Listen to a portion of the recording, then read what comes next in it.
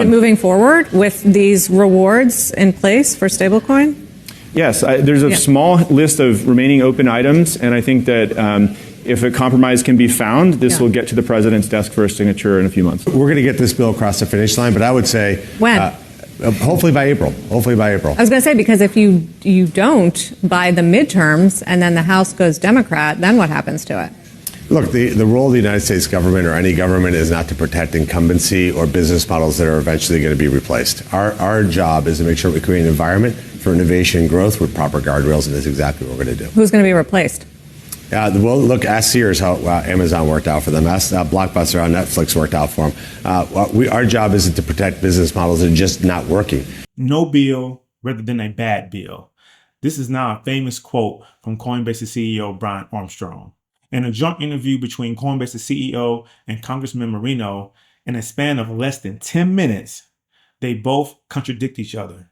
And I'm going to tell you how this short interview actually reveals Coinbase's hidden strategy to fight against the banks. If you are an investor, whether it's in crypto, banks, or Coinbase, you're going to want to hear this. In those clips, there were multiple contradictions.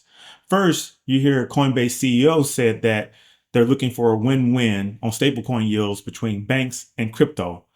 Literally less than 10 minutes later, Marino, sitting beside Armstrong, says that the U.S. government role is not to protect business models that don't work. And when asked about that, he said, ask Sears about Amazon, ask Blockbuster about Netflix, which is a really good analogy. Sears was a big box retailer that sold household goods, tools, and appliances.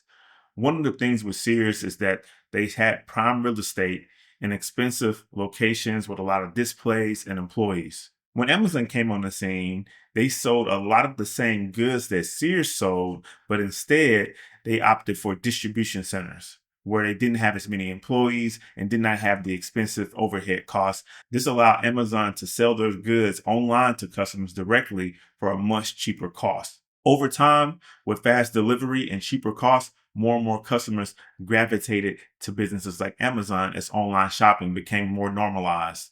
So Sears went out of business, and not just Sears. Other companies like Radio Shack and Circuit City were victims of not being able to update their business models. And this is what Marino is referring to. Amazon's new business model allowed customers to get goods pretty fast, while also at a much cheaper cost than Sears. And he uses the same analogy and he's applying it to crypto and banks. Next, Blockbusters versus Netflix. Blockbuster was a very popular place you can rent games or movies, but Netflix came out when high-speed internet really started to become more popular. Netflix allowed people to watch thousands of videos from their home for the same monthly fee that it costs to rent just one video for 4 or 5 days from Blockbuster. Blockbuster went out of business. If you really understand the comments from Marino about Sears and about Blockbusters, he's saying that those are the banks. But companies like Coinbase or other crypto-based companies are the Amazons and the Netflixes. There's going to be winners and there's going to be losers. Clearly, Marino is saying that these banks are going to be the losers. On the other hand, Coinbase's CEO is actually saying that there's a win-win. And there's not a win-win situation for this. For every $1 that goes to Coinbase as a USDC deposit, that's $1 that doesn't go to JP Morgan, Bank of America, or other banks that they can lend out for money. They pay maybe less than 1% to the depositor. They lend it out for 10 to 15%, and they make that difference as profit. So contrary to what Coinbase's CEO is saying, there is no win-win scenario concerning stablecoin yields. Lastly, I think this is the part that really reveals their strategy. Kick the can further down the road. Marino literally says that the bill can be signed sometime in April. It's not even March yet.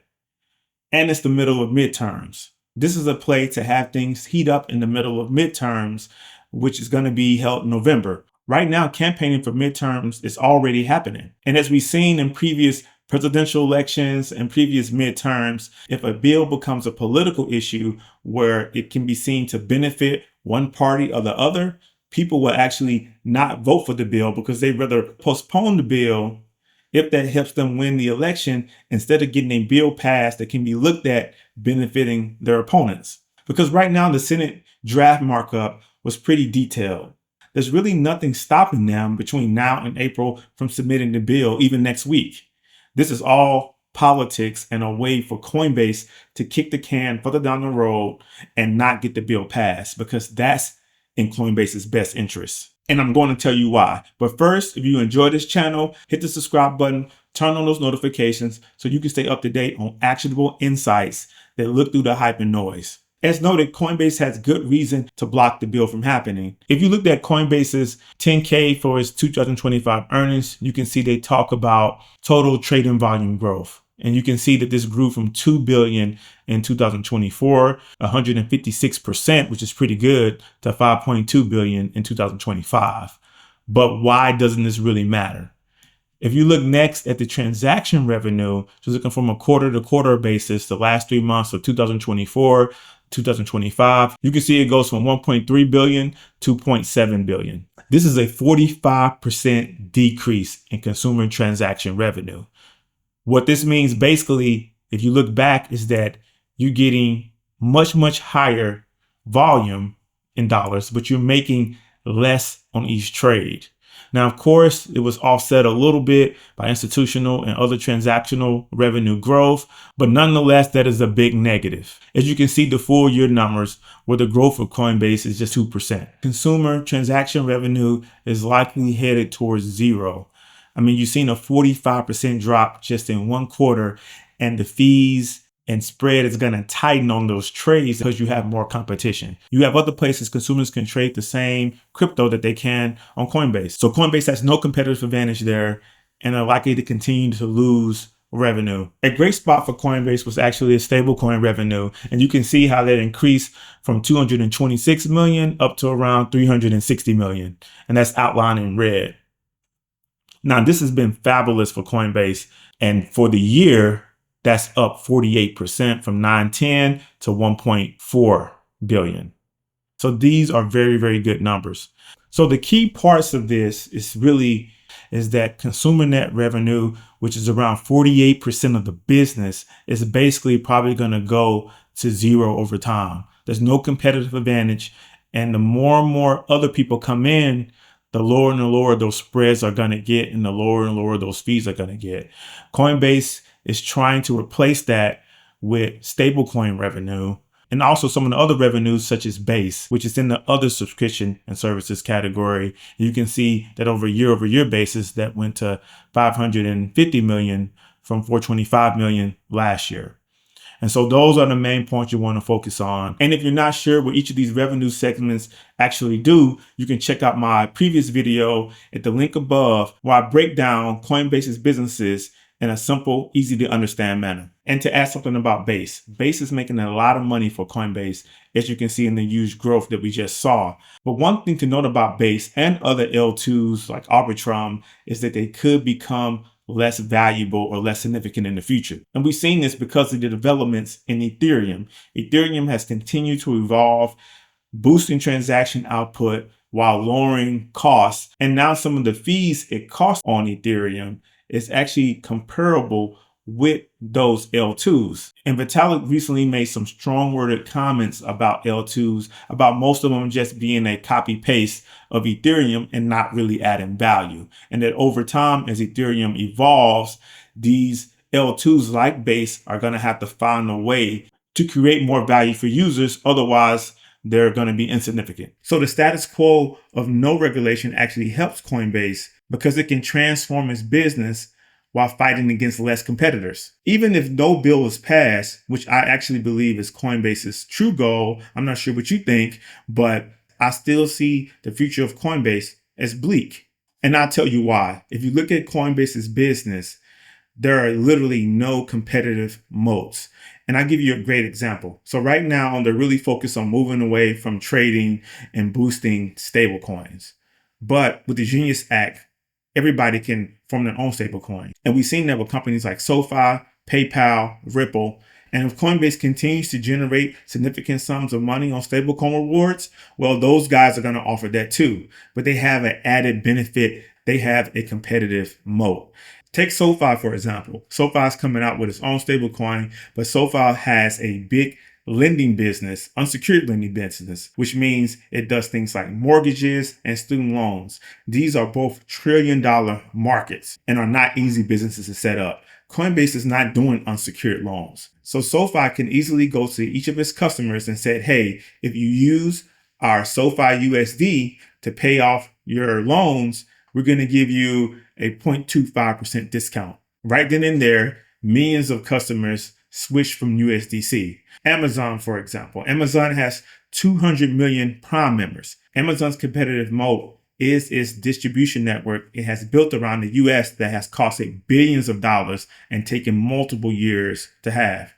Coinbase doesn't have that. Amazon can tell its 200 million plus Prime customers that if you use our Amazon USD to buy stuff on our site, then you get a discount. Immediately, most of those customers will leave the USDC. Those two examples really show Coinbase's key problem, that it has no real competitive moat. There are really no barriers to entry to really compete against Coinbase. If you remember from my previous video, you want to own the racetrack, not the horse. That horse can do multiple races and it could win some and it can lose some, but they always have to race at your racetrack. So what would you rather own? The racetrack that always wins as long as horses are running, or an individual horse that can win every now and then? Coinbase is just another horse in a race with multiple other horses coming in. And this is no different than if you think about Apple's iOS system, for example. To build a mobile OS like Android or Apple system, you have to have a coding language, then you have to spend billions of dollars building that ecosystem and many more years fixing bugs, getting community buy-in from businesses and community buy-in from developers. It's not something that you can just do in a span of 1 or 2 years. The Android system and the iOS system are years in the making. But once that is made, Google and Apple have that proprietary system. That's a competitive moat.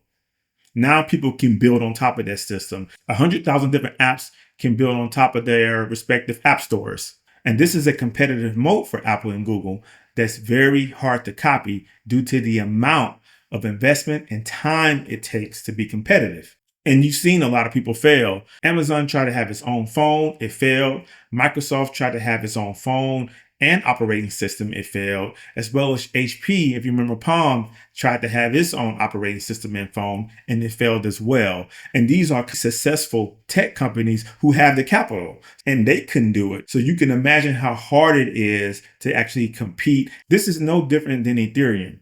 You don't hear a lot of companies saying we're going to build a new L1 like Ethereum, because it's going to take you billions of dollars and a decade plus to catch up with Ethereum.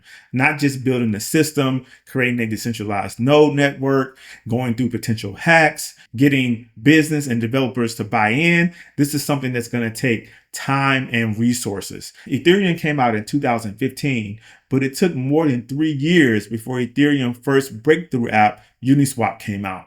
And that's why Ethereum has a huge competitive moat. That's why companies like Coinbase decided to build on the top of Ethereum instead of trying to replicate it or have a whole separate blockchain. But this is the key difference. Crypto is open source. Everyone has the foundation. It's free. Anybody can build on top of Ethereum. It's not protected or walled off like Apple system. Ethereum has done most of the work, most of the hardest part of building a stable foundation for people to build on. That's why it has no competitive advantage. It is not that hard for other players to come in and build applications on top of the foundation that is already set. What's the angle? Coinbase is a great company. It's done a lot for crypto. It's going to continue to try to innovate and form competitive advantages. I see that it is trying this everything platform. It's going into prediction markets. It's offering BTC awards now for USDC deposits, and it's trying to form different things to make it unique. But ultimately, these things are going to be very easy to copy. What is hard to copy is making a new layer 1 like Ethereum. What is hard to copy is making a new operating system and app store like what Apple or Google has. Coinbase's businesses, stablecoin rewards, blockchain revenue, lending are not hard to copy. You rather own the racetrack than one of the hundreds of different race horses. Coinbase is just one of those horses in the race. The racetrack is Ethereum. If you enjoyed this video, believe it has some valuable insights, hit the subscribe button, turn on those notifications, and I'll see you next time.